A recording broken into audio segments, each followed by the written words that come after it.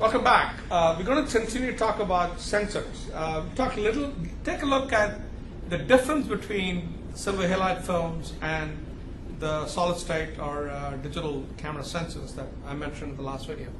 So our objective here is to relate sensors to light, chemistry, sensitivity, and a little bit about engineering. What does the engineer actually do? Okay, so the two types of sensors you're going to talk about is one is made of silver compounds, silver halides that are light sensitive, and you can create color using that type of chemistry.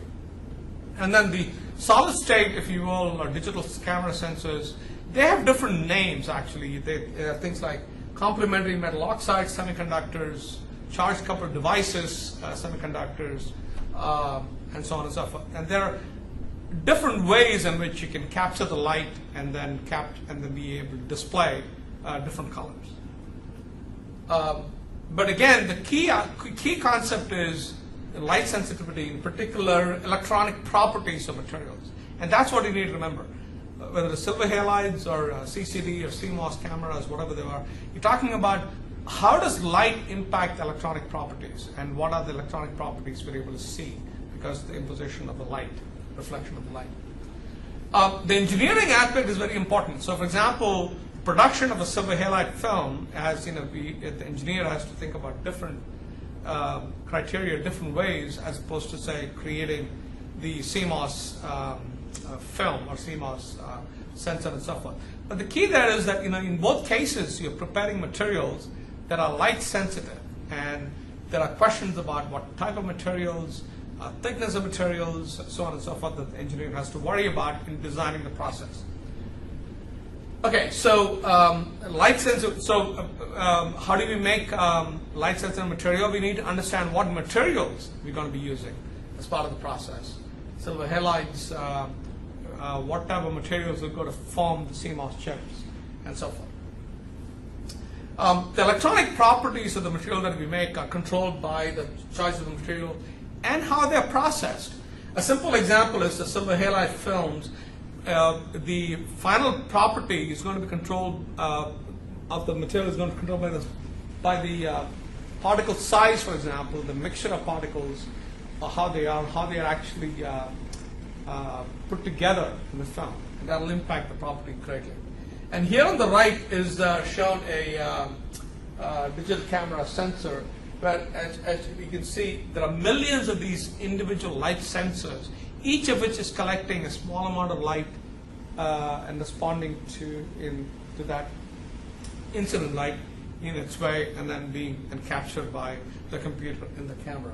As opposed to here, where the light is captured and then you have to process that. You got to convert that chemical reaction into something more permanent. Unlike here, where you can essentially transfer the image and you can reuse this material, over and over again. So this is one use type material. These are materials that can be reused. So significant advantages. So as I mentioned earlier, for the silver halide films, the light sensitivity is controlled by the property of the particles or the emulsion that's actually formed to make the film. So understanding material properties, understanding the chemistry of those materials, and how the engineer has to design the production in such a way that those properties will be preserved, or to get the property that you need for those films. So that's the engineering aspect is quite significant and interesting. So the precision, it has to be manufactured to very precise specifications, thickness, chemical sensitivity, of course certainly packaging. Like in this case, once these materials are prepared, they have to be packaged so that it will only be exposed to light during the process of the filming itself. So that's also an important concept. Little bit about the silver halide chemistry, and in particular, how do you get color, for example, using silver halide chemistry? As you can see, there are some very interesting tricks that are actually used in the silver halide chemistry to try to get color. And some you can actually read up upon. There is a lot of literature on that. But the key here is that the film itself is made of multiple materials, all of which are very precise thickness, precise properties, and the process has to be designed so that the material will have the same property every time it's actually made. So making large amounts of these films with identical properties is a challenge. And this is where the engineering comes in, and how that's actually done is actually quite a fascinating process. Okay, so the similarities and differences. Silver halide films, the chemistry is expose them, chemical change in the film because of the light. And then you develop it, essentially chemical reaction, you convert the unconverted chemicals into something which cannot react anymore. Right? And then of course you fix them so that you get the image is fixed according to what the camera actually saw at that time. Some of the questions that the engineer asks about in making these films is, what kind of support material is that you coat the silver halides on? Do you use metal? Do you use what type of plastic? All of these sort of things that the engineer worries about in terms of the process, in terms of the property of the final film that's actually made. How thin or how thick the coating should be. And preparing thin coatings or even thicker coatings of precise dimension over large amounts of film is non-trivial, but engineers have worked out methods to do that, in particular the chemical engineers. Sensitivity, different type of chemicals, for example, mix them so that you can make them more sensitive or less sensitive to light and so forth, through particle sizing and so forth. And of course, the coating methods are also extraordinarily important in getting uniform properties. As you can imagine, every process the engineer is involved in designing to build something, to make something, you have to be able to measure so that you know whether your process is doing what you think it's supposed to be doing. So in this particular case, we have to be able to measure thicknesses accurately and quickly. So there are, the engineer worries about instrumentation for doing these measurements so that he can get the feedback to adjust the process as need be. So the silver halide films, the quote-unquote pixel size, if you will, is really determined by the size of the individual molecules, which is extraordinarily tiny.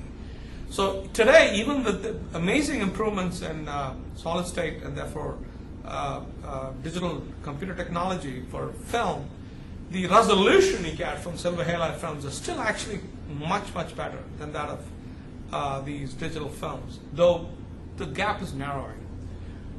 For solid film, for example, or computer digital films, as we call it, we typically talk about pixel size. What is the smallest addressable element, collection of molecules that we can use to build a digital film, as it were? And then it has to be an active pixel. Right? What is the smallest size active pixel that can be actually manufactured today?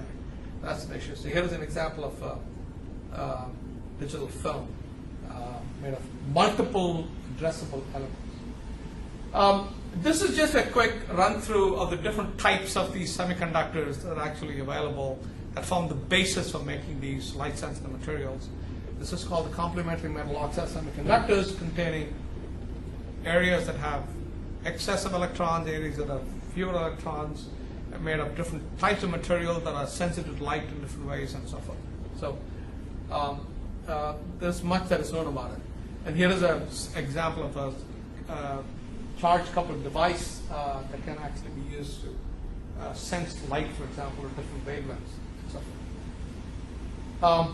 Just you don't need to take a look. This is an example of how the charge-coupled device actually works from Wikipedia. You can actually take a look.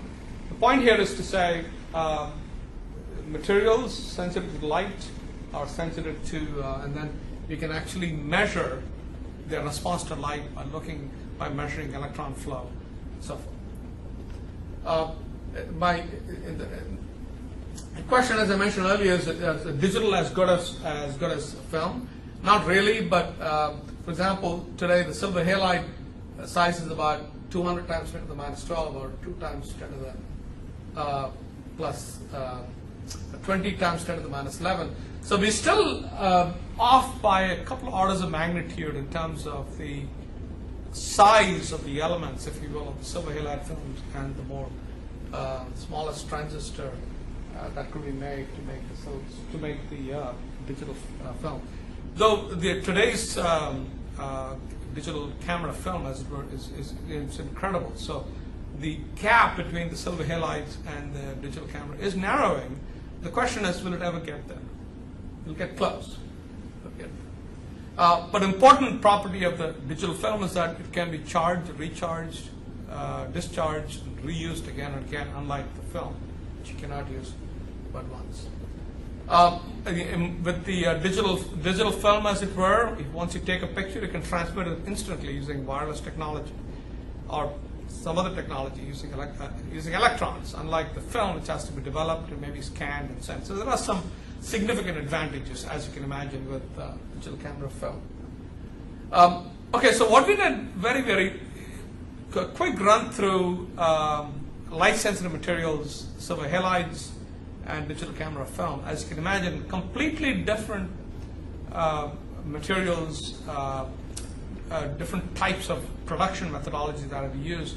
But what links them together is the fact that when light hits something, it causes electrons to behave differently, if you will, and causing, therefore, for us to be able to create, allow us to create materials of different colors, if you will, or be able to see different colors. So chemistry is an important, understanding the chemistry is very important in understanding film and light sensitivity and understanding cameras and so on.